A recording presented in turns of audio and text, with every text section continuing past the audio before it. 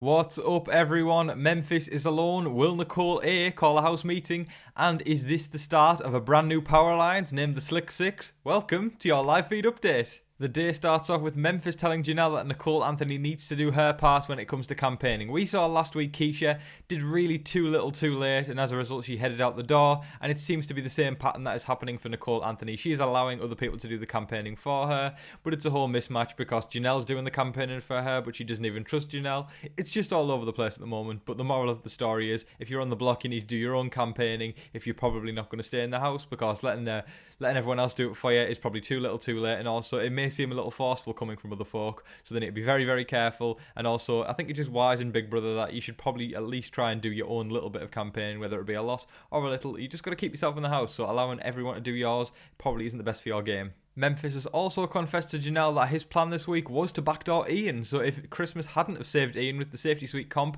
Ian probably would have been heading out the door this week, which is quite crazy to think. I think Ian's a very smart player who I think can get very, very far in the game, so it's crazy to think he could have been backdoored this week. It's just a mad scenario, but at the same time, it's good that Memphiss is confiding in Janelle. That's more old school people starting to connect. I don't know if it's a genuine connection though. It's a weird one to think of, but at the same time, Janelle has also mentioned to Memphiss that Nicole Franzel, or she brought it up anyway, that Nicole Franzel was known as a snake on her seasons, and as a result, she's planting that seed in Memphiss's head. And Memphiss did actually reply with he's starting to realise why she was called the snake, and he's starting to see that himself.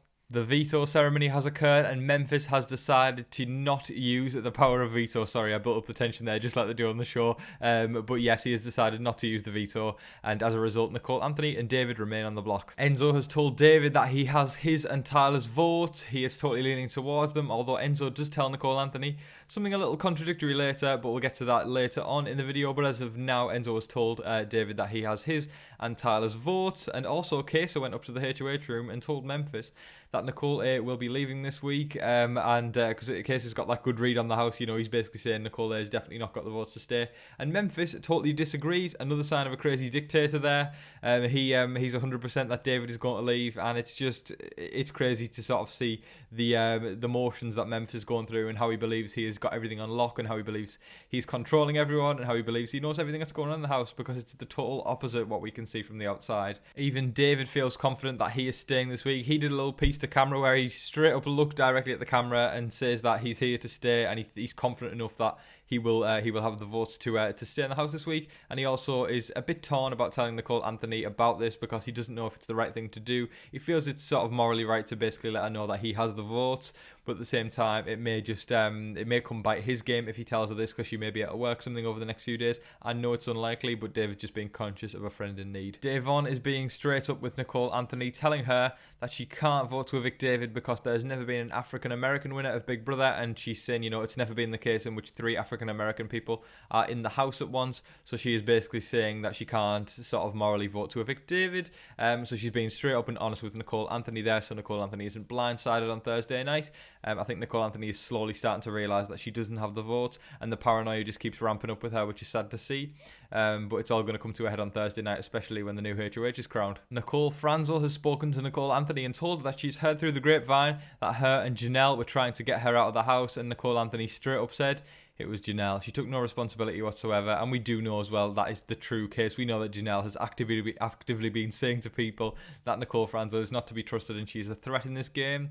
But Nicole Anthony is now at the point where she totally distrusts Janelle and Kesa, and she doesn't think that they have her back when they actually do, and it's because of the paranoia that just keeps going up and up and up and up. It's telling her that her allies are her enemies and her enemies are her allies, and it's very, very sad to see. I had high hopes for Nicole Anthony this season, and it's just sad to see she's been affected so much by this paranoia, and I really hope she becomes a bit more sort of she realises and gets out the funk come Thursday night, because I think it's certain she's going home. I'd say to Nia it's certain that she's going home, and at least I'd like to see her enjoy her last few days in the house without the paranoia being super high. Dani has told David that she is leaning towards keeping him, saying he is the favoured nominee of the two, but also at the same time Dani asked David what is his game plan, and David replied with he doesn't have one, to which Dani replied you better get one soon. And I think Dani needs to watch what she is saying, because there's a lot of people that are starting to realise that Dani is playing every single person in the house, and it's coming to sort of crumble her game sooner rather than later. Actually, I think I I thought Dani was going to be set for a few weeks in this game,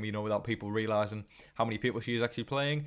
But the way she's speaking to people, it's almost as if she's getting a bit too confident. And as a result, people are starting to go, okay, Dani's playing this person, Dani's playing this person. Everyone talks, Dani's playing everyone. And it's not going to do her game good if she doesn't realise the way she's speaking to people and also the way she's going around into every single pocket of the house trying to make a deal. You need to draw the line at some point, unless you are some sort of master player that can sort of cover the wool over everyone's eyes so they won't realise that, because everyone's starting to realise it, so that tactic is definitely not working for her. We saw Janelle crying earlier over the fact that they feel that they could have done more to protect Nicole Anthony, and she is sad at the fact that Nicole Anthony is second guessing their friendship. It is very sad to watch from the outside, but Kesa actually said it's the first time he's actually ever seen Janelle cry. But Kesa reassured her they've done everything that they could, and Nicole Anthony sort of a lost cause right now, and it's a shame, but they've got to move on and realise what's the next steps in the game for them that are going to help them get further, because there's no point jumping onto a sinking ship. You need to look forward and realise, okay, this is a game for $500,000, and we need to focus what the hell is going to get us to the next point in the game where we can benefit ourselves. As discussed earlier, Enzo has told David that he and Tyler have the votes for him, but it seems as though Enzo spoke to Nicole Anthony and said even though he is leaning towards keeping David because that's what the house is doing, he said for his game to Nicole Anthony it would be better to keep her.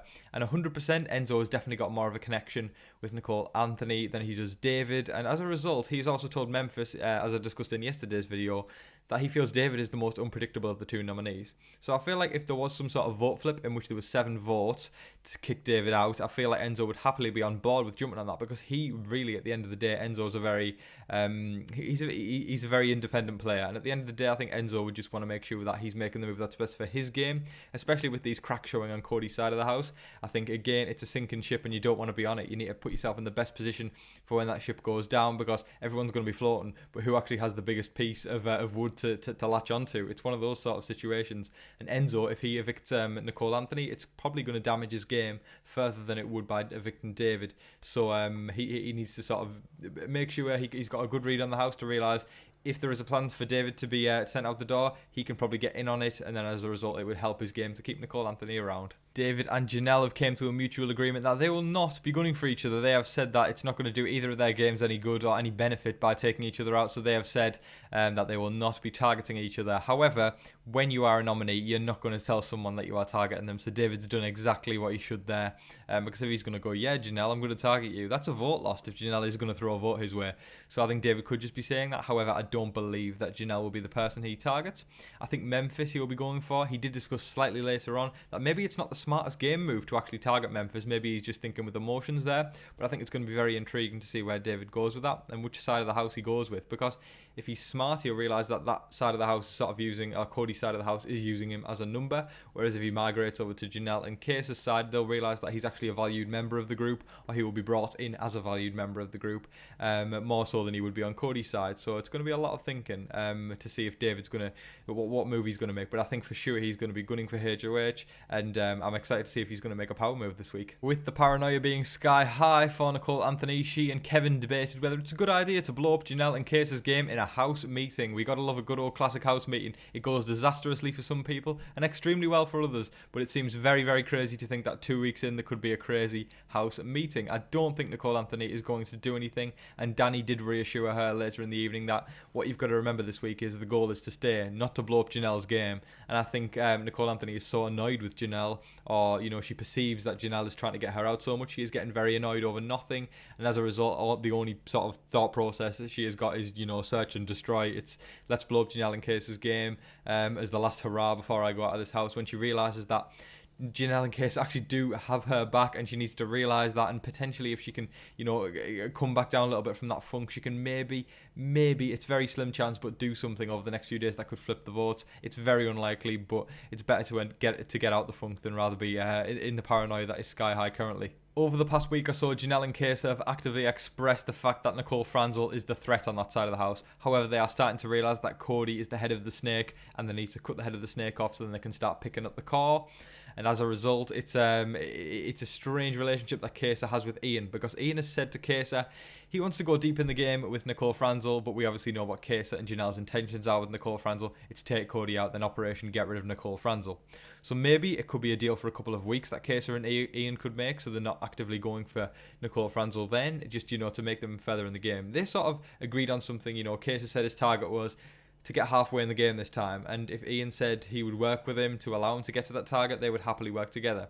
And I think both of those guys are probably the smartest people in the house. I think generally they perceive that as well. So I think if you can put those two minds together, I think they could pull off some incredible strategy or some sort of social play that will be one for the Big Brother history books. But at the same time, they've got to put their differences aside and realise, you know, Nicole Franzel can't come in between this, and they are an alliance waiting to happen, and definitely an alliance that could do some major damage on the game. Davon has told Nicole Anthony that she has heard 1000% there will be a battle back. Now, I don't know if this is just the thing that people are saying to reassure the people who are heading out the door, to give them a little more comfort at the idea that they could return in future, or if it's genuine, because the idea of Janelle speaking to production saying she won't be home until September if she was to go out first was brought up again by Davon, and it just seems very up in the air, and we don't really know anything for sure yet. It seemed as though it was confirmed, but then it was sort of retracted, saying, you know, they were quarantined for a bit before they actually can go home. But, you know, there's lots of things to think about, and a battle back is definitely a scenario that could happen. But again, it could be just Davon reassuring or making Nicole feel slightly more comfortable at the fact she could be heading out the door this week. Kevin has told Nicole Franzel that Janelle is actively campaigning to get her out, and this is just stoking the fire between the Nicole Franzel and Janelle war that is definitely impending and waiting to happen. It was halted this week when Memphiss became HOH because Memphiss didn't take anyone's side. He did his own thing, and as a result, the war was paused, essentially, or just sort of postponed from happening, because we know it's impending, we know it's going to happen anyway, and I think whoever wins HOH this week is going to start the war, and I think it's very, very exciting. But Kevin is just stoking that fire. He is stoking a lot of people's fire. He's planting seeds in a lot of people's heads, being quite weaselly, his gameplay style, and basically just essentially playing victim when things come his way.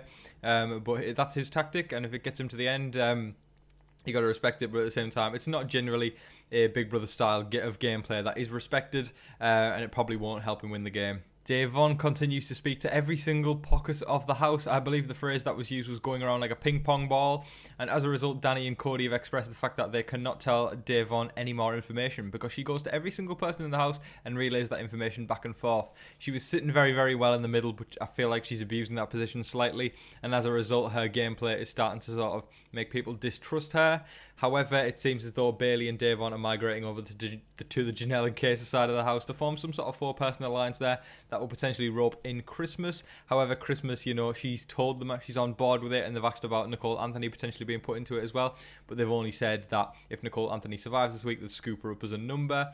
Although I don't think Nicole Anthony would want to work with Janelle and Casey anymore, just showing that she doesn't trust them. It's a lot that's up in the air, but as I said in yesterday's video, Christmas is not to be trusted on that side of the house, and that happened pretty much. Christmas went straight back to Tyler and Cody and Dani and all that side of the house, and was basically telling them all about Janelle and Casey really trying to recruit Bailey and Davon. So it's just totally selling them out. They're in an extremely hard position, and that side of the house is definitely dominating the game currently. So Christmas was definitely not the right person to bring into that alliance, but we'll see how things transpire over the next few days. Bailey has told Janelle and Casey that if they can scoop up 7 votes this week, and that is the magic number, guys, remember, 7 votes to evict, she will happily switch her vote to evict David.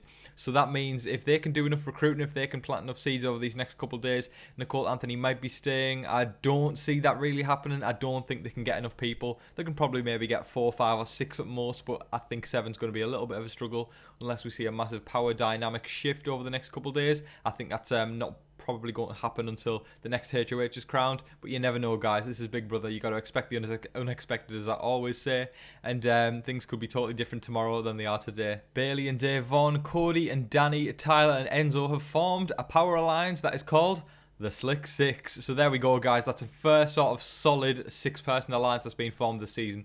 There's been a few that have sort of, you know, the groundwork was there for it, the framework was there, but nothing was ever properly formed. But we officially have a name for one. It's the Slick Six, and we have sort of established a core within that alliance already. After that was established, Cody, Tyler and Enzo had a conversation with each other saying it's the 3 of them. So they are the core within that alliance. But eventually, I feel like this is Big Brother sort of history or 101. When the other 3 people who aren't in the core realise they are not in the core, they form a sort of core of their own, and then they can often break up the alliance by doing that, because if Bailey and Davon and Dani realise that they are being played by this alliance, they will create probably something of their own and probably try and combat that and even dismember the alliance. So we'll see how that goes on. Very, very exciting to see where it goes, guys. But there we go. The Slick Six is our first 6-man power alliance of the season. That is all of your game updates for today, folks. I really hope you enjoyed this video. Please hit the subscribe button if you are new around here, and the like button. I'd really appreciate that. You are all legends for watching. Thank you so much, guys. I'll say the usual spiel as I always do. Don't forget to like, share, comment, subscribe, do all of that stuff. And until your next live feed update, I've been your host, Tom Vasey. Good night.